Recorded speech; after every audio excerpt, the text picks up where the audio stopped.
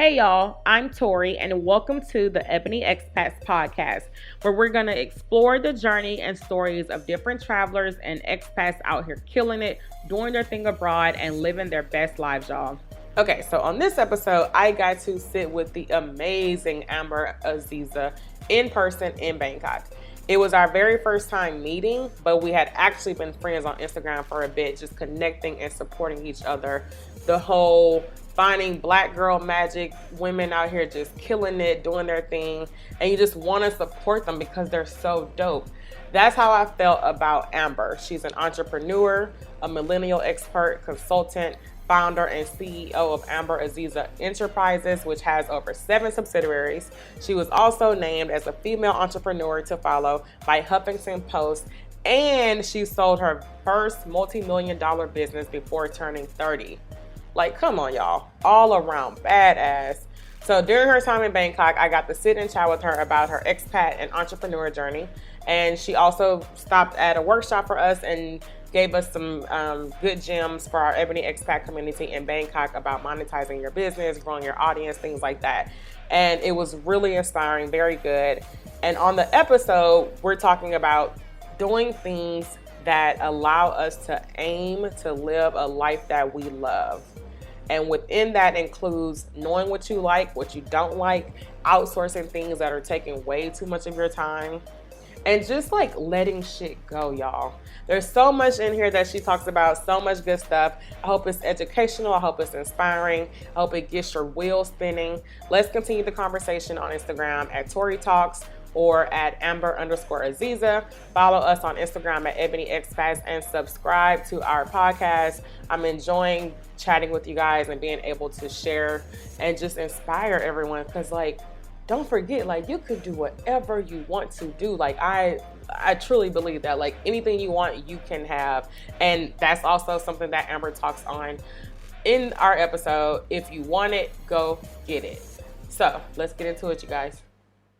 So today I'm sitting here with Amber live in Bangkok. Actually, that's like really exciting because you've been like all over the past few months. Like every time I look at your Instagram, you're like somewhere new. I'm like, ooh, where are you this time? I love that. And then you were just like at BYOB live. I was. That was good. Yes. I loved watching those clips. Like, you're so empowering. Oh, thank you. Yeah, I love it. I'm just like, yes. Yeah, so I'm excited. We're sitting here live in Bangkok. You are here for a few days, then going out to Chiang Mai. Yeah. That's nice. I'm so excited to talk to you in person. You're really dope. I'm just excited to hear your story. So start off by telling me your professional career and where it has taken you and how it's led you to living here overseas. Yeah, so I started in corporate. It's like a big thing that a lot of people, that used to be kind of like my story, was like Amber was in corporate and then left corporate. And then like as I built the businesses, the corporate part wasn't as prevalent anymore. And so now people who have followed me in the last couple of years are like, why, you worked corporate? And I'm like, yeah, that's how I started. Yeah. But I spent 8 years as an executive in the corporate space, organizational development, so people side of the business, working for big major corporations. And I was really good at what I did, and I loved what I did. I was not one of those people who hated Mondays. I loved Mondays. I would work 68-hour weeks and not even think twice about it because I loved what I did so much. And I ended up working for a privately held company, and the owner of the company came in one day for a meeting with all the execs.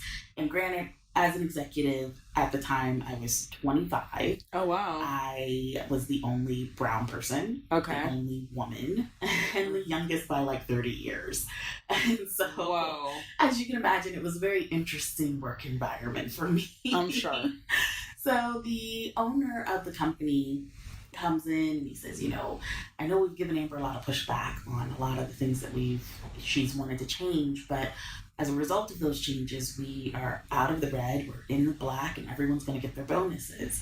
So we're all excited, and I'm really excited because the petty in me wanted to be like, see, you, I told you. Yeah. But I didn't. I kept it classy. Because they already knew anyway. They're looking at you like, damn, they already knew. They had egg on their face already. This brown girl, cutting the hair, running shit. Exactly. Basically. So as we're packing up, the owner comes over to me and he says, what are you going to do with your bonus check? So it was going to be like a $35,000 check. Okay. So I said, I think I'm going to buy a Tesla.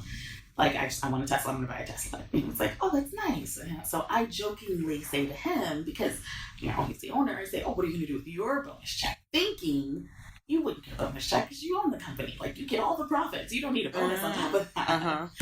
And he said, well, we bought an island last month. So I think we're going to buy another boat just to match, the island.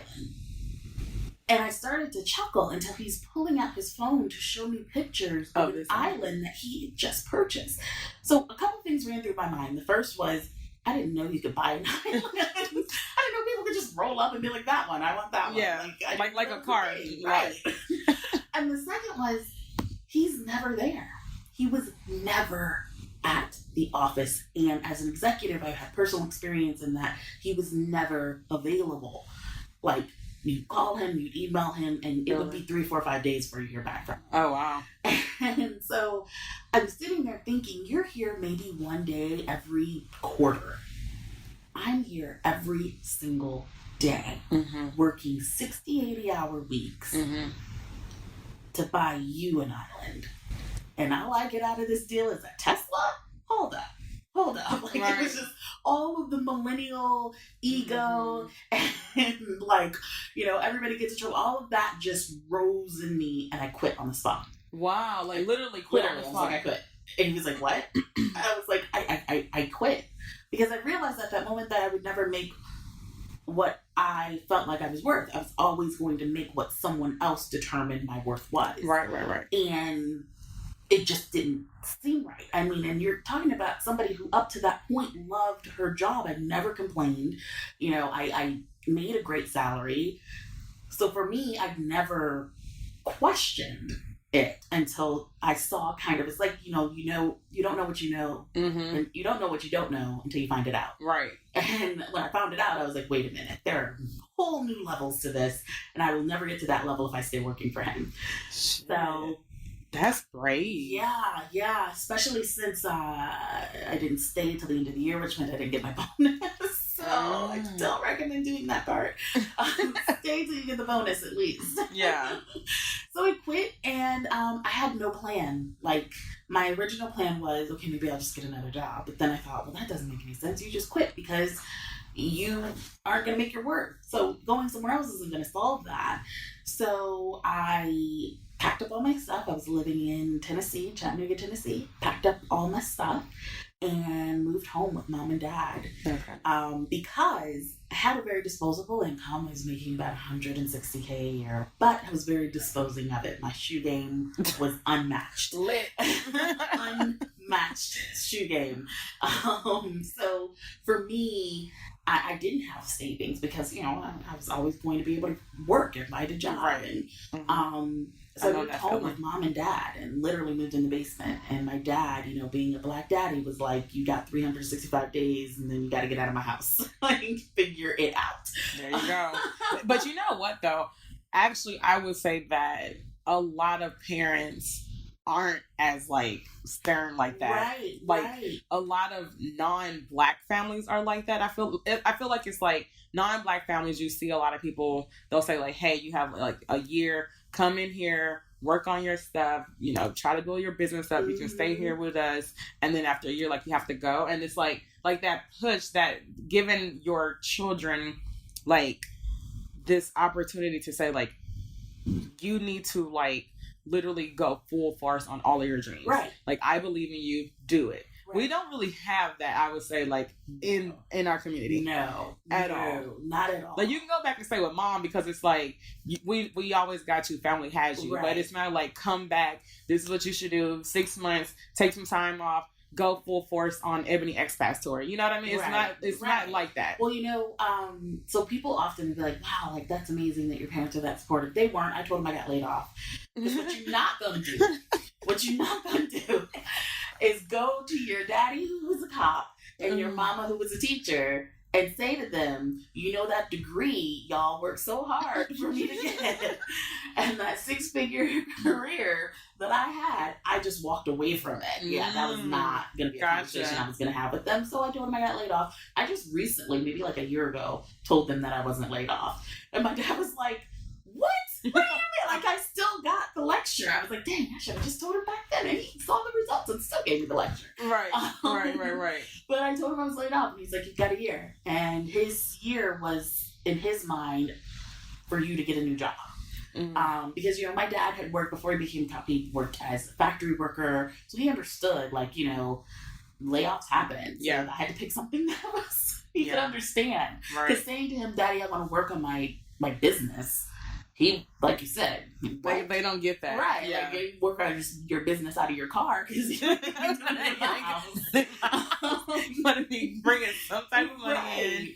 So, but, you know, I'm really thankful for that period of time because my mom helped me get a laptop and my dad helped me keep my car from being repossessed. Like, it was just, they understood struggle because, you know, they had lived it before. And so they didn't want me to go through that same struggle. So in that year, because I knew he was very adamant about, I knew day 365, he would have packed up all my stuff and been like, all right, girl, this is what's next. Get out. Yeah. Figure it out. So I spent that year, I worked at a bridal salon with crazy, insane, over-the-top brides. And then at night would come home and work another 8 to 10 hours on my business. At the time, the business I was building was what I knew, which was organizational development. So consulting companies and helping them really bridge the gap between the corporate world and the millennial employees. Gotcha. So I built that up in 6 months. I left on day 352. Cut it really close. But I built that business into a 7-figure year business. But it was burning me out. By year 3, I was so exhausted. Mm-hmm. It felt like this can't be it. Because I kept thinking about the owner who bought the island. I'm like, he's never there. Yeah. He was never there. And I know that was after like 15 years, but I was just like, at some point, there's got to be a point where I can take a couple steps back. Right. So I prayed on it. And I said, if this is what I'm supposed to do, I'll keep doing it. But if not, send me a sign, let me know, something. And 3 weeks later, I got a call from my lawyer. And he said, hey, I just got an interesting call asking if you would be willing to sell the company. And I said, I'm going to sell the company. My name's on the company. I'm not like, I didn't build it to sell it. Like, that's not, and I'm literally like, that's not what I said, God. I said sign. I didn't say, like, I thought it was going to be like, take a break. Like, but, I talked to my mentor about it, and he said, you have been burnt out. You have been over it lately, so maybe this is what you need. And he said, but don't take the first offer. So I think if there's any lesson I could get out of my first sell of my first company is get yourself a mentor who knows what the heck they're talking about, and who has been through the trajectory of business that you want to go through. Right. And so he said, don't take the first offer, don't take the second offer. Consider the third offer. I was just like, that seems like a lot of offers. Are they really going to make that many offers? That seems like a lot. But they did. They made that many offers. Wow. They made 3 offers, and the third one was the one that I took. And so I walked away, and I was going to retire, and I told my parents about this. I took them to dinner, and I was like, I'm going to retire. What's retirement life like? Like, I was ready. Like, talk to me about it. Show me the ropes of retirement. And my dad was like, you're not retiring. You're 29. No one retires at 29. And ever willing and needing to please my parents, I was just like, oh, okay, I guess I'm not retiring. What am I supposed to do? Yeah. And my dad said to me, he said, you have an obligation to show other people of color how to do what you did. It was like, do you know how rare, like, you're an exception, you are not the rule. You need to show other people how to navigate the rule. And so I did. The first company I built focused on helping other entrepreneurs, mostly started off as my friends, and then grew from there.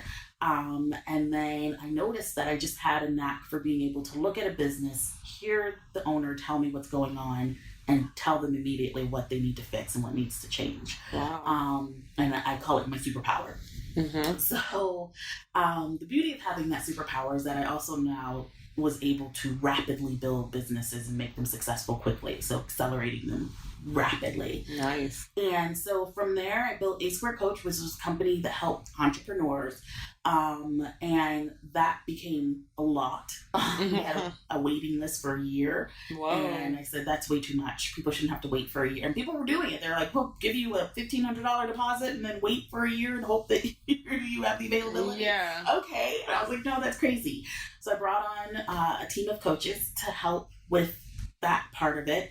I took a step back from the coaching, and then I started rapidly building other businesses. I pulled my siblings from their fields that they were in and said, okay, great, you're a headhunter, you've been headhunting for 20 years, awesome, we're going to build a recruitment firm. Like, okay, you've done collections for 20 years, dope, we're going to build a collection agency for small businesses.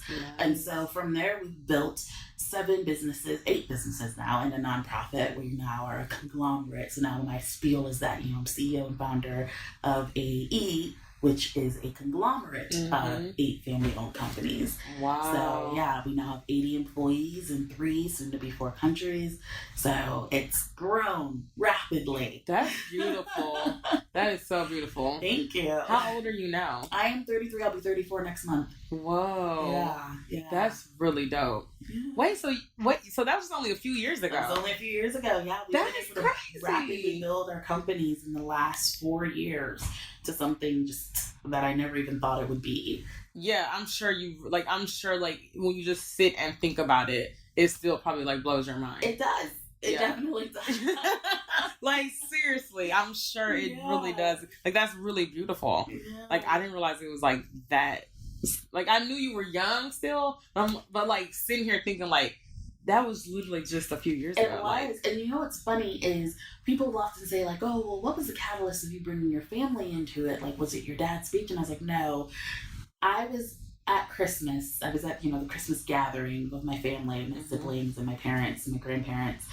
And my sister and I were looking at Snapchat. And we were looking at Kim Kardashian's Snapchat. And they were having their annual Christmas party that same night. And I remember just this light bulb went off. And it said, they have built their wealth off of just relying on each other. Like, they literally in the family just build and stack on each other. Literally. And I was just like, light bulb, why don't I do that? Like, I know what I don't know, right? Yeah. And I know that there are areas that I could have never been able to build a business in because I wouldn't have known the actual operation part of it. Right. So like recruitment, while I did focus on organizational development and human resources and training, recruitment itself was never something that I had to do the whole process of. But my sister had done it for 20 years. And so it was just like, why don't I just start bringing them in and building the businesses that way? Right. And have the parent company be partial owners. It was just like everything clicked from watching a Kim Kardashian Snapchat. Hey, you know what? I'm here for it because Kim K is actually like, I know like she gets like a bad rep, but honestly, like, she has really built herself up. Like, if you look at her journey from where she was to like where she is, it's like she had a vision. She doesn't like, she doesn't. And then what I really like about her is just like, she doesn't care what like the haters are saying. No. It's not about like what other people are saying. Like, she is literally just being herself. Exactly. Being herself and just like getting that money while she does it. Yeah, exactly. And like seeing the opportunity and taking advantage of it. And then of course having someone like Kris Jenner behind her. My goal in life is to meet Kris Jenner. So Kris, if you're out there, girl, hit me up. Kris. That is my goal in life. She's like the marketing genius of marketing geniuses. Like, she literally took it. People will say, oh, well, they had money. They didn't have money like that. No, they didn't. They weren't running in money like that. She literally took a family and made it into a business that now has produced, a billionaire and an almost billionaire through Kim. Right. I mean, it's just like, they're unfuckwittable. Yeah. They just really are. Like, thank you. Like, I'm just like, I don't know why people don't see that. It's like, we're so quick to like find the little stuff to talk about around the coffee tables and at bars with our friends, like, Kim K. But it's like, no, ain't no, like, they have built, like you said, generational wealth. Generational wealth. And that's the big thing. And I think that's something that a lot of people who follow me because I'm constantly talking about generational wealth. Like, people will see me take my nieces to conferences and make them work the table. I'm not doing that just because it's free labor. I mean, it is nice to have the free labor, but it's mostly because I need them to see this is what it takes. Yes. This is what it takes to build the brand and maintain the brand and grow it. Right. And, this is our family legacy. Exactly. And that's really important. My brother and I were actually discussing, I just brought him with me on my last 2 legs of my journey. And we were discussing of like who was from my nieces and nephews, because I don't have any little ones yet. So who from my nieces and nephews would be taking, what role and what we would see them fit for, what should we start, kind of grooming them for. Yeah. And really smart. It's amazing to me though, because 10 years ago, if you'd said this was the conversation that you were going to be having, I would have been like, I'm not going to work with my family. Yeah. I'm not working with them. That would be stressful as heck, and it is. It's definitely added new layers, but the ability to be able to say, we're going to start a nonprofit, and we need someone to be the chairman of that nonprofit, and just be able to look at my oldest brother and say, okay, so you down? Okay, cool. Go ahead. Like, here you go. Nice. Like, it's been amazing. And then it's kind of expanded out to my really close friends. So if I have a friend that has a dope idea, I'm like, okay, great. Like, we will fund it for you. We will be co-owners in this, and let's all get this money. So yeah, exactly. Really, I love that. That's really smart. I really, really love that. That's good. Yeah, so your brother's here in Bangkok right now, and how is he finding Bangkok? So I took him to London first with the thought that would ease him, because it was his first time out of the U.S., and so I thought it would ease him into, international travel, which I think it eased him a bit, because it was just like, oh, things aren't the same as they are in the U.S. But then when he got to Bangkok, I was like, maybe I should have added something between Bangkok and London, because Bangkok is a whole new, even just Bangkok itself, not even just Thailand, but Bangkok, the city itself, can be a culture shock. Yeah, like sure. It is busy, it is fast paced, it is everything, noise and sounds and smells and smells. The heat hits you. Like literally, like when you walk out of the airport, the heat hits you, and like when you get to Sukhumvit, which is like the main road in Bangkok, the smell hits you. There's like a very particular smell, especially in like the very central area, like Nana, Asok. It is such a like pungent scent. Like very unique, very like it never goes away. Like you will still, it hits you every time without fail. It's so strong. And there's so many things. It's like sensory overload. It really is. So he's really been adjusting to that, but he's loving it. Like he keeps repeating, like, I never thought I'd see this part of the world. Like I never thought. And it's amazing, because my brother 2 years ago was in a coma. Oh, wow. He was in a coma off and on for like a year. Wow. And that was really what ignited in me what are you doing with your life? Why are you just sitting? At the time I was living in Washington, D.C. and just flying back and forth to Ohio to check in on him. And I remember when he woke up, the first thing he said was, I gotta start living my life. Ooh. And my brother was 45 at the time. So it was like, start living your life. Like, and I remember flying home thinking, like, I'm so happy I'm already living my life. Like I'm doing what I want to do. And that's kind of my family's moniker for me is the do what I want to do her. Like, you ain't gonna make Amber do nothing that she don't want to do. Yeah. And she's not going to sacrifice doing what she wants to do for anyone else. Anybody else. It's yeah, not gonna that's happen. important. And so I got back to my apartment in D.C. I had this beautiful, gorgeous, like, H Street apartment. And I just realized, am I really doing what I want to do? Or am I doing what I feel like I'm supposed to do as, big time CEO of this company? And all of our employees were remote. And we had offices, but they weren't offices that I ever really went to. Okay. So it was like, why am I just sitting here? Like, let me go somewhere. And so I booked a trip to Italy through Travel Noir. Oh, nice. Yeah, it was one of their last trips before they were acquired by Blavity. And so I was like, I'm going to take this trip to Ravello. It's going to be nice and relaxing and amazing. And as I started planning for the trip, a friend of mine who lived in London said, oh, girl, come to London. And I was like, because at the time we didn't have a London office. This is about 2.5, 3 years ago. Okay. And so I was like, oh, how far of a trip is that from Italy? Oh, what? It's only a couple hours? Okay, I'll come there. Yeah. So I was like, okay, I'll go to London for a week after that. And then a friend who lived in Denmark was like, come to Denmark. And I was like, oh, how far is that? Oh, okay. I'll spend a week in Denmark. So I was like, okay, now this has gone from a 2-week trip to a month out. Yeah. And so as I was telling a friend of mine, he was like, oh, you should just be a nomad. And at the time, I had no idea what that even meant. I was like, what, like a gypsy? I don't, like, what? Like, what? Excuse me? Like, I like shoes. Right. I like to buy shoes. My closet? What was I supposed to do with it? Like, what? What are I you can't talking put all about? my stuff on my back. Like, what is that? Like a backpacker? Like, Right. that doesn't even seem comfortable. Like, it's just... like, nothing about that sounded amazing. He said, let me connect you with my friend Justin. I was like, okay.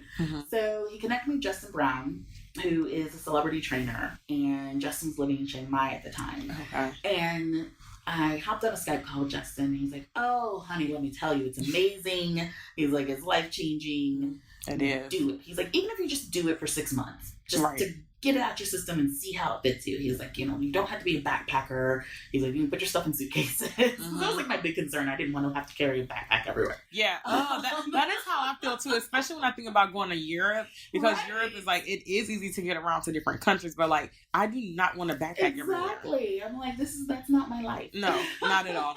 No. Sorry, I don't care. Right. That's just not me. No. I need my whole suitcase of all my stuff. Exactly. My hair products. I need my makeup. I was about to say my makeup, my clothes. I need to put on I need a fedora. I need all different shoes. Like, I need options. Yes.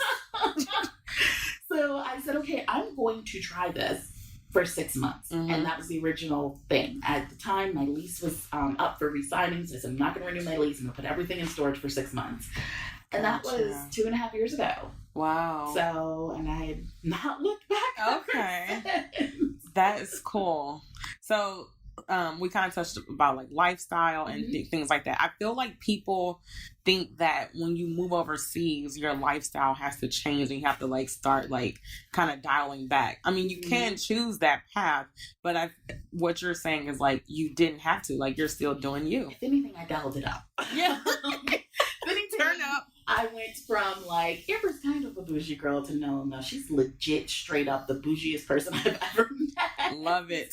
If you do it right, if you go to a country where the cost of living isn't as high as in the States, like Thailand, you can really live like a straight baller on so much less. In DC, I was paying $3,700 a month for my rent. That was not including utilities, cable, internet, none of that. Whoa. None of that.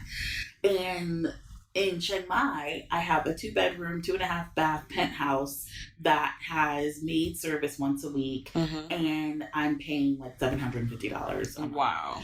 And that's expensive. Yeah, that is. It is. You can't $750, girl. Yeah. You know you can get like. I know. Oh, don't get me started.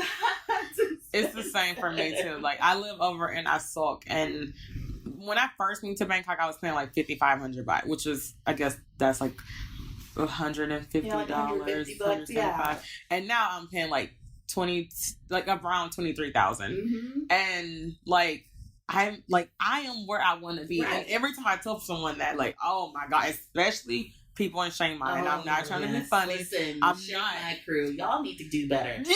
Thank you. you. Do better. Thank you. I struggled. So, like, when I moved to Chiang Mai the first time, I was fortunate that I had a couple people there that I connected with immediately. They were entrepreneurs, and they were like, I'm not living, like, in somebody's basement in order to save money. It's not happening. No.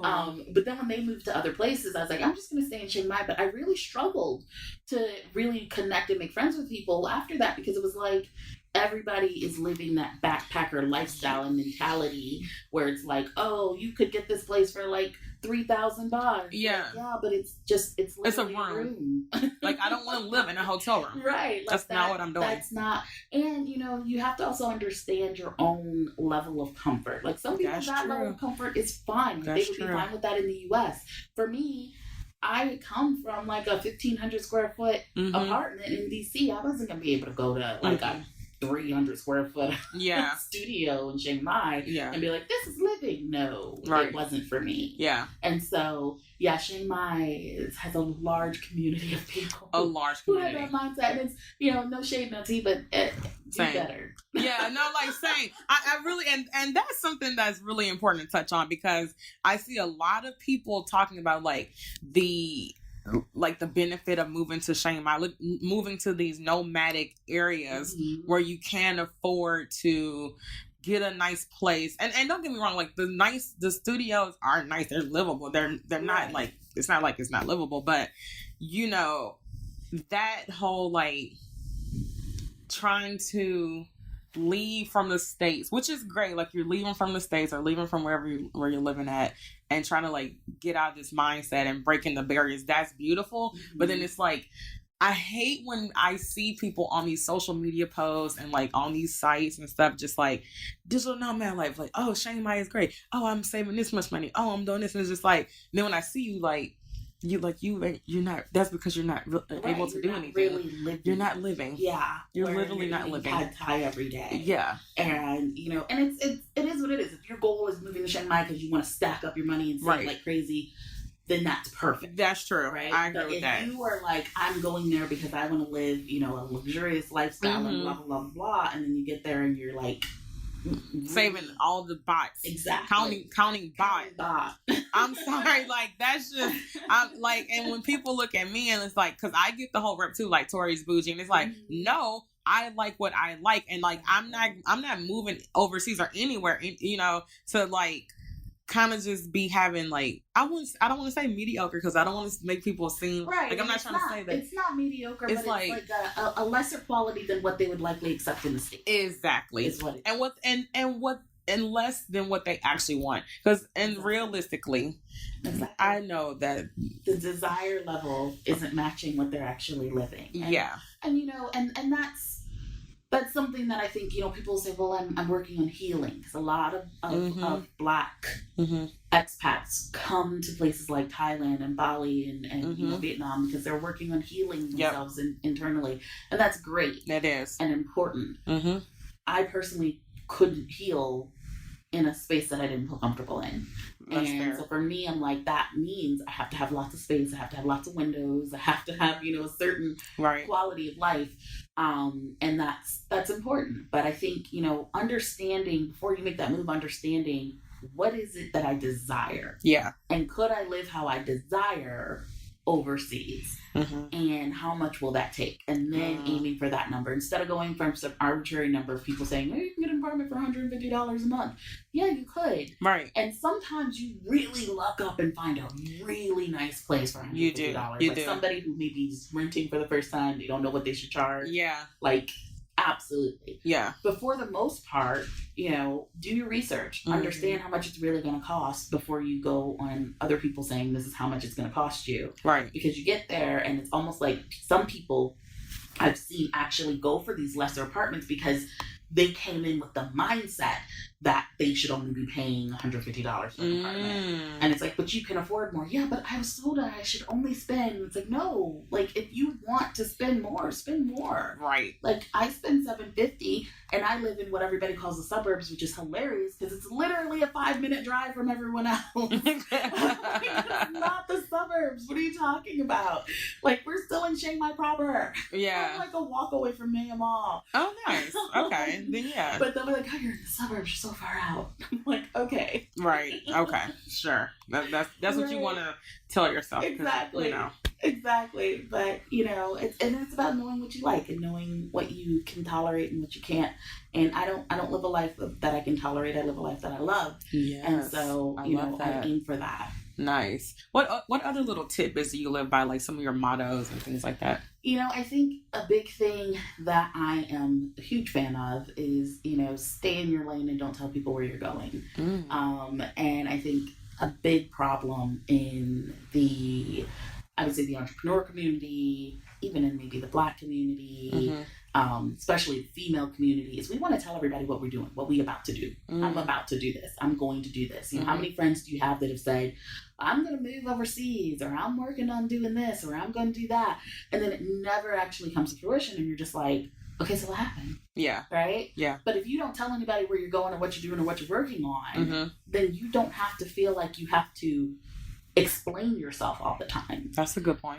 But then also, that's one of the secrets of how we've been able to build our businesses so rapidly. No one ever hears about what I'm doing in my businesses or what we're working on until it's already out there. Yeah. And, that's an easy way for us to slide into industries without competitors even knowing we're there. Nice. Until we've snatched up 3 of their clients. And they're like, wait, who is this? Yeah. What company did you say? Right. Hey, where did they come from? Exactly. And I find that that's really important just in life. Is just, you don't have to tell everybody everything. That's not a requirement of life, is telling everyone all your business and what you're working on or what you're doing. If you want to move overseas, make those plans silently, move in silence. Right. A big thing that one of my mentors always tells me is that, money talks, right? So if you say that in terms of, you think of poverty, money, and wealth, right? So he always says that poverty screams, money talks, wealth whispers. Ooh. Right? That's a gem there. I like that. That wealth whispers, because that is so true. Exactly. It's so true. And so I've always tried to operate, even though I wouldn't necessarily classify myself as wealthy yet, because I think wealth is relative, but in my mind, wealth is, that generational layers, and we're building it, we're working on it. Yeah. But I operate like wealth. I'm very quiet about what I do, what I'm working on. I will literally roll into cities and people are like, I didn't even know you were coming. Yeah, I know. That was I didn't tell anybody. Yeah. Right. Yeah. I feel you on that. There was no need for anybody to know I feel you there. And that's important. I think that also, don't measure yourself by someone else's ruler. Stop trying to measure your success or where you are in life with someone else's, success. I see that meme that's always going around of Jeff Bezos of Amazon. It says, it's like of him in 1994 in like this tiny office. Like, don't measure your chapter 1 against somebody else's chapter 20. I don't even think you should measure your chapter 1 against someone else's chapter 1. Right. Because their background, their circumstances, their experiences, their education, it's all going to be different, and it's going to create a different environment. I agree. I think you should measure yourself against yourself. Yeah. Where you feel like you should be. For me, looking back and saying, okay, well, I was in foster care for, a good 4 years of my life before I was adopted. And before that was being raised by a drug-addicted mother.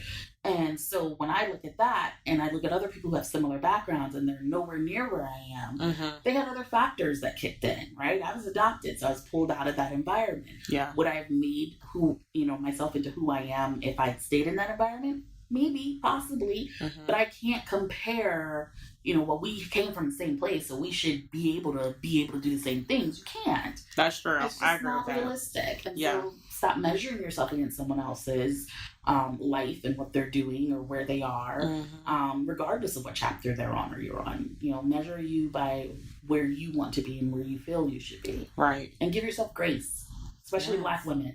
Black women, we deserve grace. Oh my goodness, that's so true. And you know what? I have to say, I do struggle with that. I definitely struggle with that. Me too. I'm so hard on myself. Yeah. I'll be harder on, we have an advisory board, and I made a decision that made us cash poor for a few months, and it really irritated me that I made that decision. Like I was mad at myself. Yeah. And I still struggle to not be mad at myself for it. And it's long gone and past. And the advisory board is like, you really need to let this go. Please give yourself some grace. You need to let this go. Right. But for me, it's like, I should have been better. I should have known better. I should have done better. And that's a narrative I think that Black women specifically have running through our mind all the time. And that is something that we gotta let that go. We do. We just have to, because it it tears us down internally, for sure, which makes it easier for the world to tear us down externally. Good point. And so we have to remove that narrative that, we should always have been the best of the best of the best, and give ourselves some grace and some leniency, and understand we're humans and not robots. Yes, I agree with that. So like you're mentioning things like you have an advisory board and you have like all these people working for you.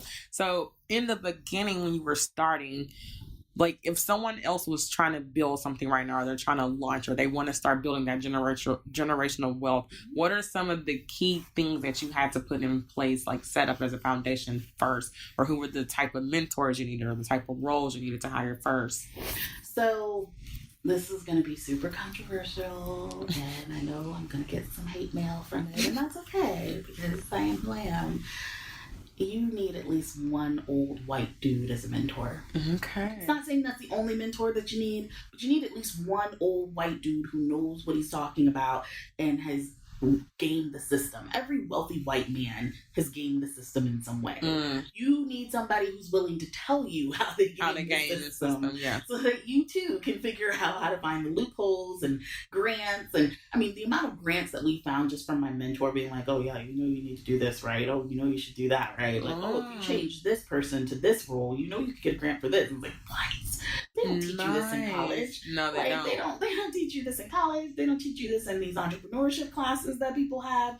They're not teaching you any of that. Right. And so I think it's important that you have an older white man who knows what he's talking about in terms of business as a mentor. But I also think it's important to find a mentor who has the trajectory of business that you want to go in as well. So if you want to open a chain of, luxury resorts, then saying, okay, well, I'm going to have a mentor who owns an online business isn't going to make sense. Right. Because they have totally different needs, totally different setups, costs. So you really need to find someone who knows that industry. Right. And then also understand your mentors are only for a season. I have one mentor that has stayed with me throughout everything. But once I surpass certain levels, I surpass certain mentors. Yeah. And so they understand that, like, okay, like, it's not like I'm like, okay, well, officially, you are no longer my mentor. Yeah. Like, the conversation isn't even needed. Yeah. It's just the types of questions that you start to ask them when they can no longer answer them. Yeah. You've now surpassed them. Right. And it's okay. That's okay. Move on and find another mentor who can help you get to where you want to go. Right. And then I think also knowing what you're not good at. I'm terrible at sales. Like, oh, honey. I am terrible at sales. I couldn't sell you, like, something that if you were like, oh, I want some coconut water, I would struggle to sell you the coconut water that I had. Like, I'm terrible at it. I don't like it. And it's not that sales is bad, because sales is necessary. It's just, personally, I'm just not great at sales itself. I understand. The sales conversation. Now, if I'm just having a conversation with someone, I can persuade them, like, through psychology to get it. But the actual, like, oh, let me pitch it to you. Okay, I'm terrible at it. Gotcha. And that was the first thing that I recognized in my first company was I literally went to 13 or 15 different pitch meetings and got no's, like, all around. No one signed on. And so I asked my friend to come with me, and I said, girl, I'm terrible at sales. You're really good at sales. She was working as a sales manager. And so she said, well, let me come and just see your pitch at your next meeting. And so I said, okay, great. So she came, I did it. And she's like, that was a really nice presentation. And I was like, thank you. She said, except, you never actually asked for the sale.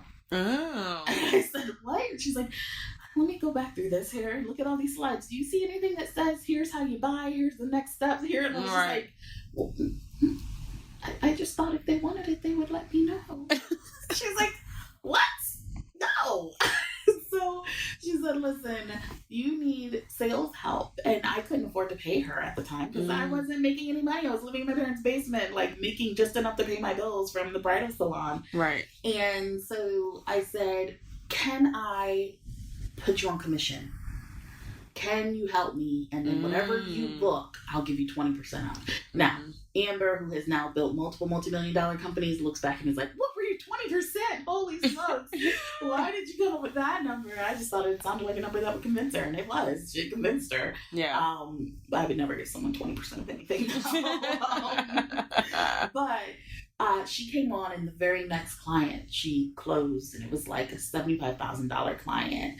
And then from there, she just was responsible for all of the pitches. Nice. And was bringing in the clients, and we were keeping them happy. And, with our processes and our systems, if I had too much pride to say to someone, I don't know what I'm doing when it comes to sales, I would not be where I am today. Right. I would be back at corporate because that year would have expired and I would have had to go back to corporate. Yeah. But being vulnerable and saying, I don't know what I'm doing in this area is so important, and getting the help that you need. And sometimes, especially at the beginning, the help that you need, don't think, oh, well, I can't afford a team, so I can't afford to pay people, or I can't afford. There are so many other options out there. Yeah. You can get you somebody who knows what they're doing, and you can barter with them. Yeah. Or you can say, hey, I can pay you commission off of this. Or you can get yourself a team and build it from like the Philippines or Thailand. Yeah. And have them working, outsourced. Right. So there's so many other options. Don't think that it's just because I'm a team of one, or it's just me that I now can't make things happen the way I want them to because I don't know how to do video editing or whatever. That's very true. Like, I've actually started to work with, I watched your course about this, where like building your team virtually using like Filipino job sites. And so now I have for this, I'm just going to type up my edits and send it. Pass it on. Because I'm not about to sit here and try to figure out how I'm going to match this and do this. And that's not the best use of my time. Exactly. When I can like literally pay someone like $10 to just edit the podcast, send it back, make the sound spectacular, match it how I need it to match, add my music on it. I don't know how to do all that. And I don't like, I can figure it out, but I don't want to. But the amount of time it would take, people often ask, well, when's the right time to get my first team member? When you notice that the time that it takes you to do a specific task is worth more than the revenue it would generate. Right. So when I started to notice that, okay, it's taking me 5 hours to edit this video, I bet you there's someone out there that it would take like 30 minutes to like, you're talking about a 15-minute video. It's taking me 5 hours to like, let me get the title, and then why is it doing that? Why is that? Where did that box come from? No, it's frustrating. It's also frustrating. And then I kept thinking, like, in this 4 hours, I could have done consults. I could have had, client meetings. Like, I could have made money for this video that's only being used for promotional purposes. I mean, in essence, it's indirectly bringing in money, but I just wasted 4 hours doing it. Right. I feel you. When you hit that space, it's time. It's time. It's time, girl. It is time. That's where I'm at right now. It's like, it's time to outsource things. It's time to find a mentor. And obviously, it's time for me to find an old white man, too. Exactly. Find you an old white man. Or if you're in Asia, find you an old Asian man. That's also you know what? As soon as you said that, I have someone in mind, actually. Yes, find you wherever you are. Find you an old who's finessing the game. Because realistically, these other groups of people outside of Black community have learned how to finesse the game. They've totally learned it. Let's just be real. And we see it, and part of it has to do with privilege. Absolutely, we can't deny the privilege, and that's kind of why I say an old white man. Yeah, because they have that privilege, that mindset. But we have creativity to know, and we have an abundance of creativity. So he can tell me how to game the system, and I can look at it and be like, I can't do that because I'm not an old white man. Right, but I can be creative with it. If you go in that meeting for me, there are ways to finesse and work a system, and some of it may involve swallowing your pride. Right. How many times I've had to send in, a white counterpart of mine to a meeting, and they do the pitch as opposed to me going in and doing the pitch, and people will be like, well, why would you want to work with a company? Like, no, let me pause it there. I have 80 employees, 80 full-time W-2. Yeah. We expect our benefits. Employees. I cannot say to them, well, on principle, I said no to that client because I didn't think they would work with a Black person. No, we sent in the white dude because we knew that they would say yes to the white dude. We know our product is good. We know our product is strong. I'm not going to waste time or energy in trying to do the politics of that. Now, there are some times that absolutely I will go in and take a stand. So if I go in and pitch and they say no, and then I'm like, well, just to see, let me send in the white dude under a different company name. And then if they say yes, then no, we're not taking that client. Like, you're flat out the reason that you said no is because it's a Black-owned company. But I I think a big issue of why some businesses, some minority-owned businesses, don't work is because we take our pride with us everywhere we go, and we refuse to step back and say, okay, maybe this isn't the situation that I think it is. Oh, that's really We're deep. really quick to pull out our race card, and yes, absolutely, a lot of times, most times, that is true. But reassess the situation first. That's true. Fully. That is very true. I have so many hate emails from this. Like, no, because you know what? I have to say that's very true for me too. It's like I'm always just like, nope, I'm black. I'm gonna. Right. I'm like, I'm going. I'm a black woman. I'm going in here like, but realistically, it's like, if we just like no, like I'm playing at the level of everyone else. I'm about to finesse it how I need to finesse it. I'm about to play the game how I need to play the game. Like, we would get much farther. Absolutely. Yeah. And I'll tell you, one of our clients that I didn't even try to like have the meeting myself, because I just had heard through people like, girl, they ain't hired a minority in how long? And we sent in one of our white sales guys. He pitched it. It was a beautiful pitch. They accepted it. We got to the first planning meeting, and myself, our project manager showed up, and our director of operations showed up. All minorities, all women. They were playing like, and they were just like, oh. And I will tell you, they have renewed every single year since. Beautiful. The third renewal that they've had. And this year they said, can we renew for a 3-year contract? Nice. Because they just loved what we did. Had I put my pride in and said, well, we're not even going to pitch because I'm not even going to, then we wouldn't have them. We wouldn't have that client. We wouldn't be working with them. And it would be a really huge loss, not just to us, but to the people that we service through them. Right. So sometimes we gotta like swallow our pride and not be so, and that's not saying to just roll over. I want to make it very clear. I'm not saying to accept, racism, or to accept an environment where, they are clearly racist. That's not saying any of that. But that is saying understand and assess the situation properly, remove your feelings from it, which is sometimes hard to do. Yeah. But take your feelings out of it and look at it for what it is. Yeah, that's true. And still go get that check. And still get that money. You know what I'm saying? Because, like, realistically, even though you finessed it that way where you send in your white counterpart, you that still getting a check. Right. Yeah. So it's like the long term, like, what is the long term? Like, exactly. no, and realistically, I love seeing that a lot of Black women are doing that now. Like black owned businesses, period. Absolutely. But like Black women are like, we're getting into that mindset of like, no, we're like, I'm about to come in, I'm about to get this contract, I'm about to get this new business, I'm about to get like build this community, and like it doesn't matter what society is thinking. I'm not worried about all this politics of it. Like, of course it exists, but we have really started to kind of like break from some of those barriers, and it's just been beautiful to watch. Absolutely. And this is the Black millennial. We are such an interesting group of people, because our grandparents have been doing that for years. Yeah, true. When you look at like the Cadillac incidents.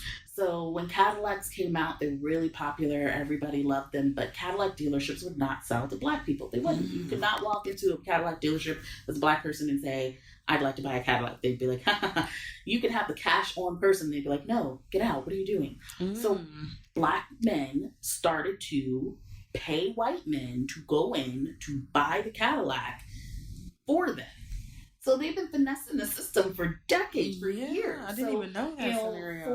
For people, that's why Cadillacs are such a status symbol in the Black community. Yeah, they are. Because my dad has always had a Cadillac. So hard to get. Uh-huh. They were like, if you could get one, that meant that you not only could afford it, but you could afford to pay a white man and convince that white man to go in and buy the Cadillac on your behalf. So that is like, that's been a finesse of the system. You learn how to finesse the system. Learn how to work the system to your favor. Yeah, I agree with that. I definitely agree with that. Nice. This has been good. I feel like we could talk so much about this stuff. Like, seriously, it's been really great. I feel like a lot of the stuff that we've dropped has been very motivational for people who are looking to launch something, who are looking to travel more, who are looking to take that trip with their girls, take your parents overseas or move. So this has been really beautiful. So many gems, you guys. I know I definitely felt inspired, motivated, energized during our conversation. And we also had a workshop in Bangkok that Amber led, and that was also really great. One of the things that really stuck with me from this conversation is do not live a life that you tolerate. Live a life that you love and not something that you're just tolerating. And that really sticks with me because even moving overseas to Thailand, I made that decision because I felt like I was just going through the motions and living a life that I tolerated. I had a good job, I had friends and doing the things that we do every day, same stuff. Life was good. I didn't have a bad life or anything, but it was just a life that I was tolerating. And it really is up to us to make that decision on what is it that's going to make me happy? What is it that I want to explore more? What is it that I want to start doing and learning? And then just go out and do it. Every little step counts. I know that it's not easy. I am not ever saying that it's easy, but it is up to you to aim to live a life that you love. It's your life. Every decision that we make, literally every single thing, is in our control. If it's something that you can control, then make sure you're making the right decisions that feel right for you and that are going to help you move towards your happiness, your success, your goals. We can do it, you guys. Like, there are literally no limits. Seriously. And when you truly believe that and start seeing it, you can definitely live a life that you love. So go out there and do it, you guys. All right. Thank you so much for listening. If you liked what you heard today, please share it. Please subscribe to the podcast so that you can continue to hear more stories like this and inspiration and different expat experiences happening all over the world with people out here killing it and doing dope things. Like us on Facebook, follow us on Instagram at Ebony Expats.